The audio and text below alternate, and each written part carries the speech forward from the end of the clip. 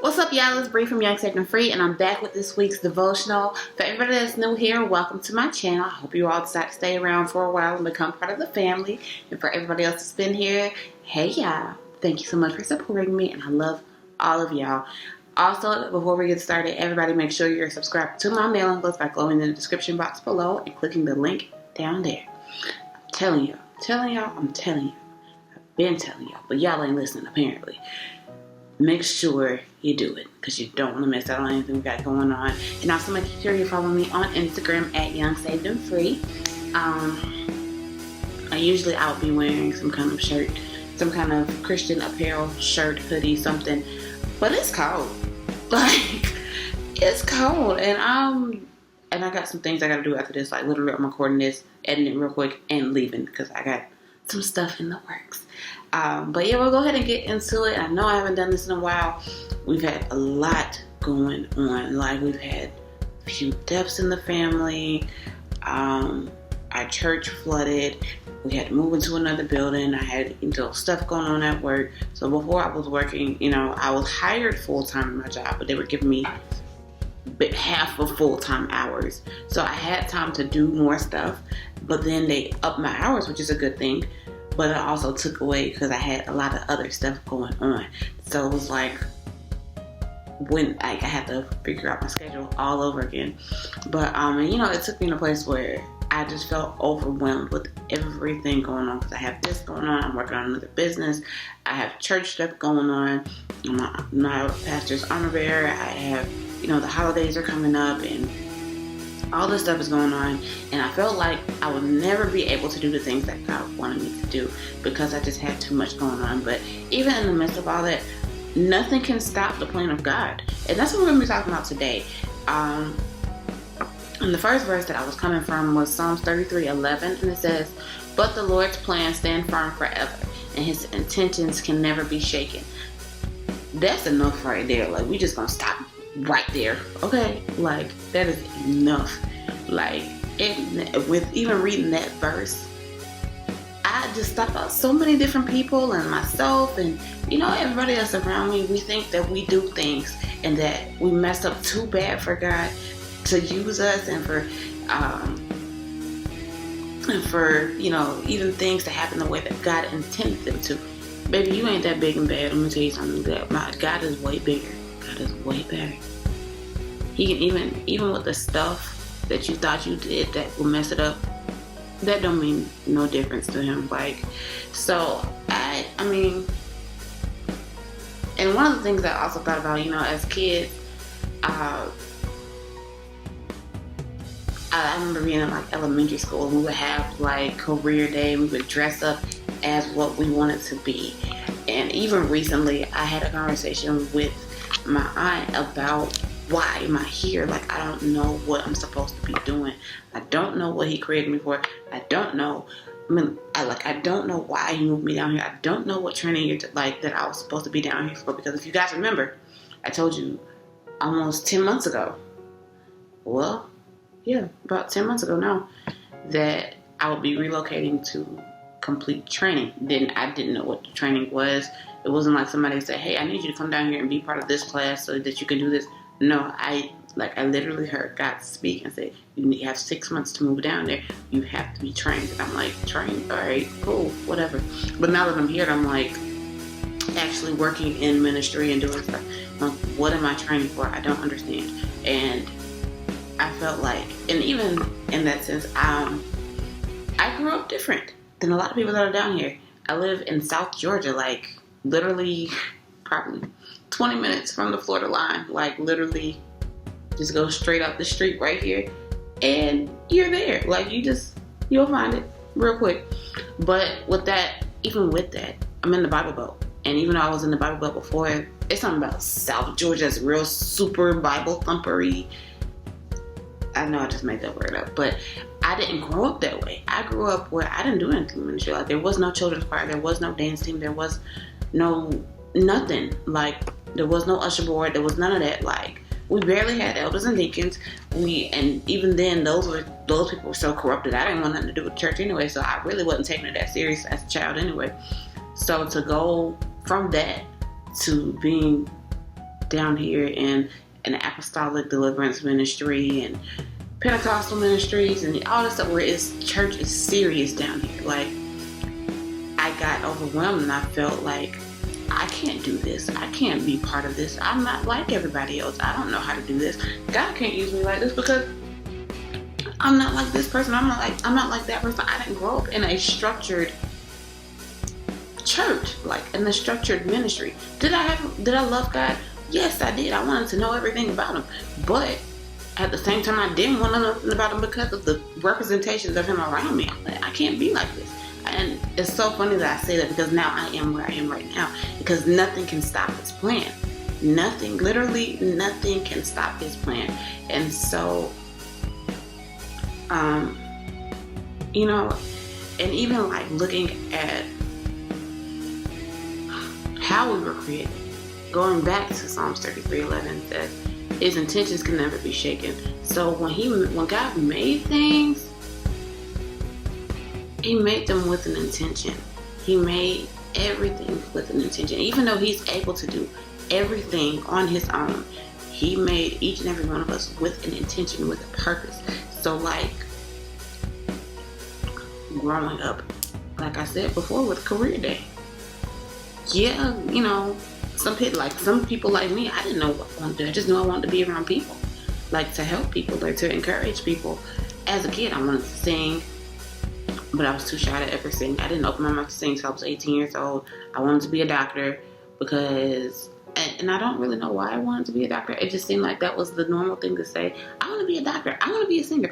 I want to be a teacher. I want to be, like, I would say all those things and it was like now I'm like, girl, what were you thinking about? First of all, you're too shy to sing on anybody's stage. You don't like blood, so why would you be a doctor? And you hate kids. Like, you hate other people's kids. What? Why would you be a teacher? Like, and it's so funny because even when I look back at my life, I have been acting in all those capacities already, even though I didn't intend on it. It still happened because nothing can stop God's plan. So even when we go against his will, there's something, he'll knock us back into his will. Something will happen that will put you back in his will. Like, you thought you weren't going to do what I said to do? Oh, somebody done told you wrong. Okay. Somebody done told you wrong. But, we going on to the next verse, John 6:63, and God, I'm telling you, I'm reading this thing that I wrote, and I'm like, girl, it's just to know that human effort accomplishes nothing. It's so funny to me because it's like, I look at people and I look at myself and I look at other pastors around me and look at other ministers and evangelists and people of the fivefold ministry, and I'm like, we all ran, but John 6:63 says human effort accomplishes nothing. So even if you keep trying to run from it, you're really not running. Like, you're gonna run straight into it, and it's all because we don't understand. So even though we make plans and we try to talk ourselves out of doing whatever, like, even when I came to move down here, when I told my parents, my mom was like, I know you're going to be moving back down there. She was like, but I don't think it's Tallahassee. I think you're going to be living in Thomasville. And I was like, I ain't moving to Thomasville. Like, I ain't doing that. I said, I'll go to church in Thomasville, but I ain't moving to Thomasville. I've been in Thomasville 3 months. I remember my mom, when I said this, my mom said, how you going to halfway obey God? And it's crazy because last night we started our revival, our fall revival, our fall harvest revival, and my cousin preacher said, she said, partial obedience is still disobedience. So what if I would have just picked up and moved to Tallahassee, thinking that's where I was supposed to be? I would still been in disobedience, right? Like, it's crazy to me because we do all these things because we think we understand what we were made for, but we didn't make us. God made us, and he made us in love. So because he loves us, even when we do stuff that we think we just know everything, we think we're supposed to be doing this, we're supposed to be doing that because that's what we feel in our heart. That's not always what God intended for us. And because he loves us, he doesn't just throw us away when we do those things. He loves us, so he knows what we're going to do. He knows how much time and effort and how much detail he put into us. Do you know that none of our fingerprints are the same? None of our social security numbers are the same? None of us are made up completely alike. Even with twins, there are some differences in their DNA. Okay? Like, it's just crazy. Like, and it's not like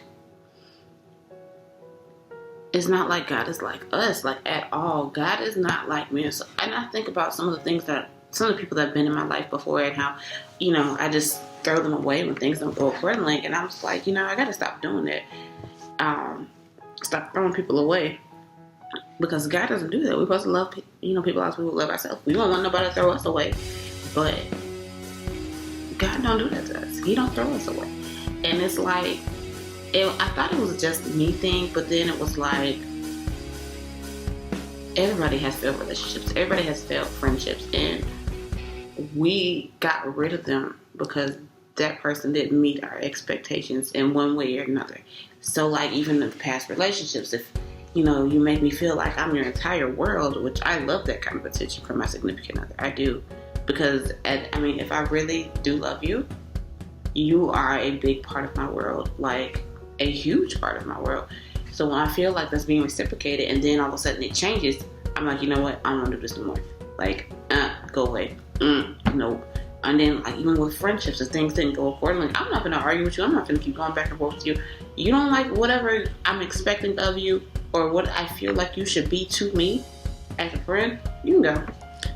But we're all a work in progress. It's something that I got to work on. So it's like, even when we do throw things away, or do, when people, like, if we're that person that didn't meet expectations, God allows it to happen. We have to accept what God allows sometimes, because even when He allows us to work, to do things through our will, He still knows, like, they're still going to do what I want them to do, but there are going to be some consequences for what you just did. Absolutely. I'm still going to love you. I'm still going to do all these things, but there are consequences for what just happened.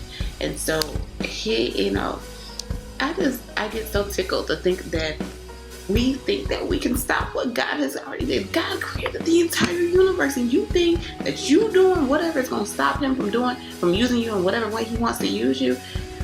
No. Like, we think that, now I talked about this on the midweek push this week, about not being ashamed of what's happened to you, because a lot of times we look at stuff in our lives and we feel like, oh, God can't use this and God can't use that, and I have too many slip-ups, I have too many hang-ups, I got too many mistakes.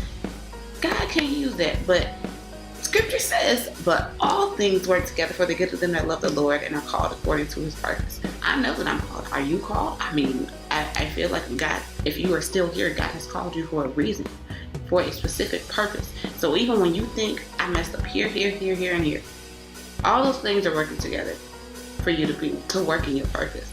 All those things. So, and God gets the glory out of everything.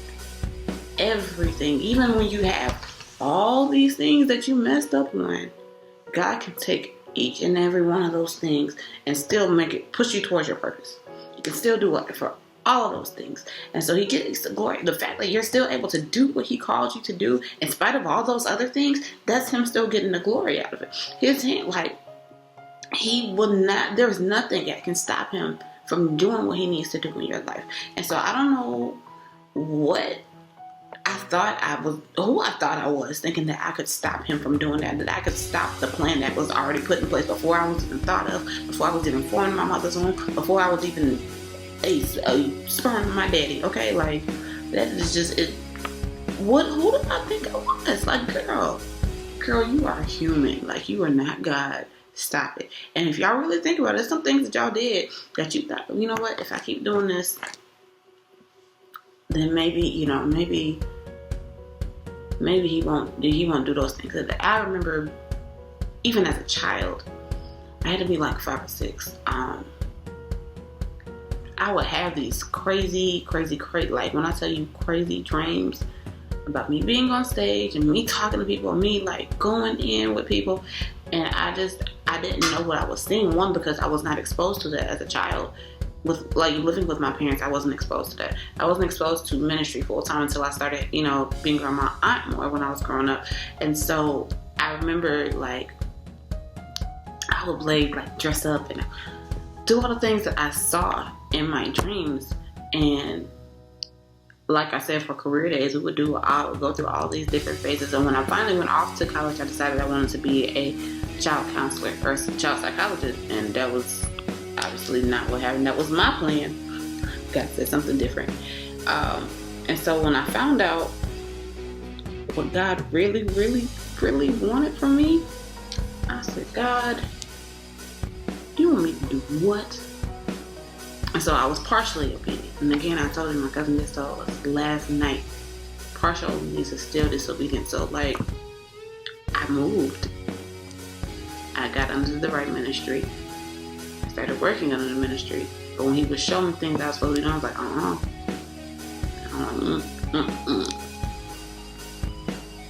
I don't want to do that. Like, I don't want to do that. I'm sorry. I don't want that. I don't want it. And it was funny because like I was started doing little crazy stuff here and there. Like as a kid, like I remember, I think the first time I really, really saw what he wanted from me, and I heard God speak to me, I had to be like 13 or 14. And it was weird because like I told y'all, I didn't grow up in that kind of ministry. So when I would hear stuff, I was like, girl, you crazy. What you talking about? Like, you crazy. And so I remember and I was at a Kenton Jones concert. I will never forget this moment. I was 13 years old, and the glory of God hit so hard in that concert. I hit the floor. And I never experienced that before because I didn't grow up in that kind of ministry. There was no such thing as laying hands and an oil and an altar call and all that. It was nothing like that. And so when I'm like, God, what is this? And I remember maybe a couple years later, this is back in the MySpace days, I would literally write out my About Me sections, all the time.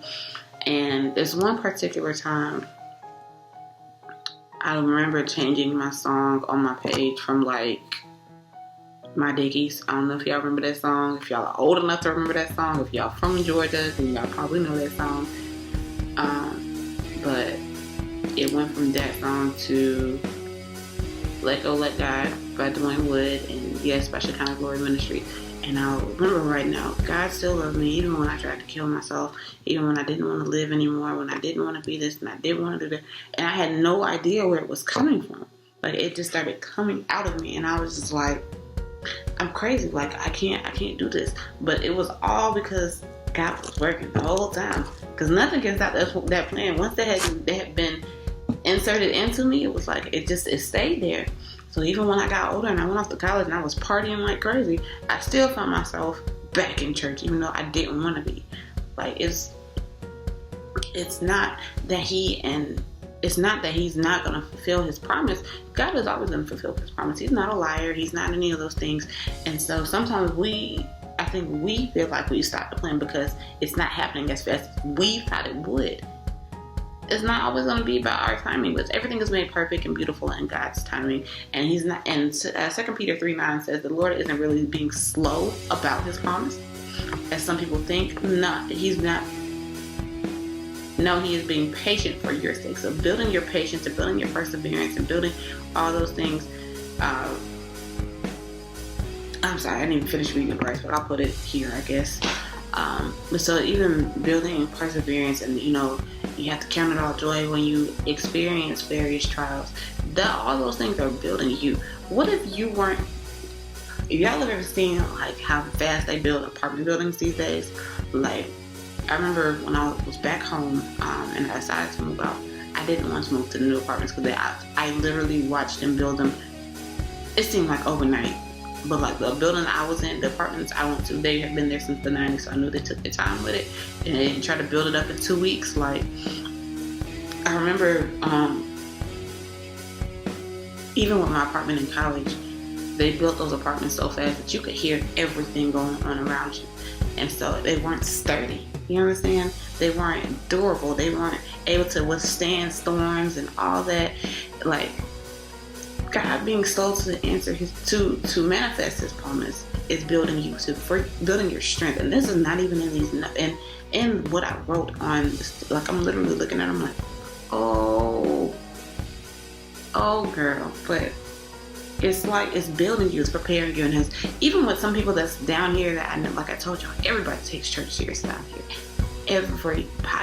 So it's like even when some people, they're so quick to want to be, to get their collar as a minister, to be an apostle, to be a preacher, to be a pastor, an evangelist, whatever, to be called, to be a prophet.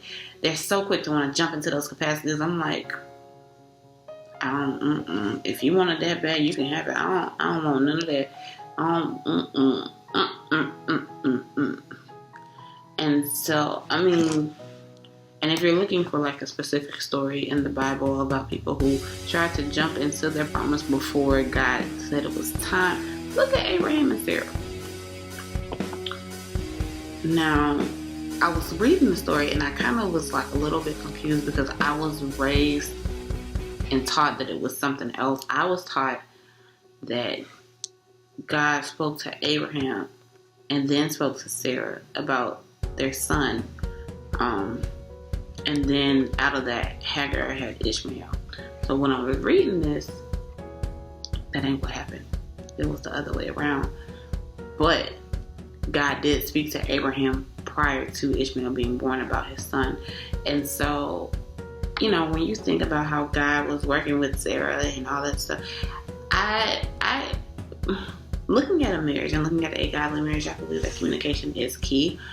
So I do think that if it was such a big thing for Abraham to have to leave his family's land and to have to do all these things, I believe if I was Sarah, or Sarai, whatever you want to call her, because technically her name had not been changed at that time, I believe that if she's a woman, she want to know. She like, listen, if I gotta pack my whole house, you better tell me what's going on. I need to know why are we doing this? Like we need to be on one accord. Nope. How must two walk together unless they be in agreement? Like that, I'm sorry. Like I would need to know. I would need to know what was going on. And I believe that Abraham did tell Sarah in that, in that context, even though the Bible doesn't mention, I believe that he did. So I may be, like I said, I may be wrong, but listen, if it was me, I need to know. So even when we know that God promised us something, sometimes we do things that try to make what God promised us happen. We don't allow him to do it. So a lot of times when people look at Ishmael and be like, that's all Sarah's fault, that's all this and that's all that. But when you look at the story, Abraham knew he was going to have a son with his wife. Not with Hagar, but with his wife. So when Sarah told him to go into Hagar, he did it, knowing what the promise was anyway. So there's not everybody be so quick, Sarah did this and Sarah did. Wait a minute. Sarah did not know the whole story. I don't know what Abraham told her. But what I do know for a fact is that God spoke to Abraham about what's going on. Abraham still did something contrary, trying to make it happen on his own. Because if he didn't agree with it, he wouldn't have did it. That's just it, point blank period. I get it, happy wife, happy life. But as the head of the household, you gotta set down the foundation. But listen, this is what's going on. God said this and God said that. So like, you trying to make it happen on your own isn't. Like, it's just not gonna work. Like, it still needs you still need time to develop. And so with people that are walking in the ministry too early, no, you're not, like, even if you didn't work in your calling at that time and you did it outside of God's time, no, that's not gonna stop this plan, but you need to sit down and get some training. You need to be developed. You need to get all the way done. That's like eating a half-baked cake. I don't want that. I want the real thing. I want all the icing. I want everything. I want it to be just fluffy and moist and everything. Like, I love cake. If y'all don't know, I love sweet. There's a box of donuts sitting right here that I'm about to demolish real quick. I'm just telling you. After this is over, I'm gonna have a donut. I'm going to partake. Okay. So even when he was born, he was cursed because of the things that they did. It wasn't because he did something wrong. Like, even with the blind man, they asked who sinned, his mother or his father. It wasn't that he, it was what happened because of what the consequences. Even though, with the blind man, it wasn't that anybody sinned. It was so God could get glory out of that. But with Sarah and Abraham specifically, Ishmael was cursed because of what they decided to do. There's still consequences with every action. So you may experience, for people that are stepping into their calling too quick, you may experience church hurt. You may have, what you're going to experience is going to build you to make you, it's going to build you to make you who God wanted you to be in His timing. So it won't be, well, God told me this, I started doing it immediately. You started doing it immediately, but the God was still working on you anyway, okay? But and sometimes what has to happen is God has to change who you are and change your name. So like Abraham, Sarah, Jacob, all of them, I was about to say Joshua, our boss. I always get Joshua and Jacob confused. He had to change all their names. And you know what? I'm starting to think it's something with their bloodline, because I believe Abraham is Jacob's grandfather. So like he kept, even though, you think that you can do all these things, sometimes God has to change you and change your name to maintain His promise so that it can manifest in your life later on. And so that's why it's so important for me to do this series, I forgot who I was series, because we have to realize who we are. Sometimes in life we get confused and we accept things that God allows, but then we also identify ourselves as those things that He has allowed. God may have allowed you to have a miscarriage. God may have allowed you to experience domestic violence, all these other things, but you are not identified by those things. You are identified by how God made you. And because He made you, nothing can stop His plan, because His plan cannot be shaken, okay? And I love you all. And, I pray that this blessed you. And I will see you all in the next video. And until then, bye.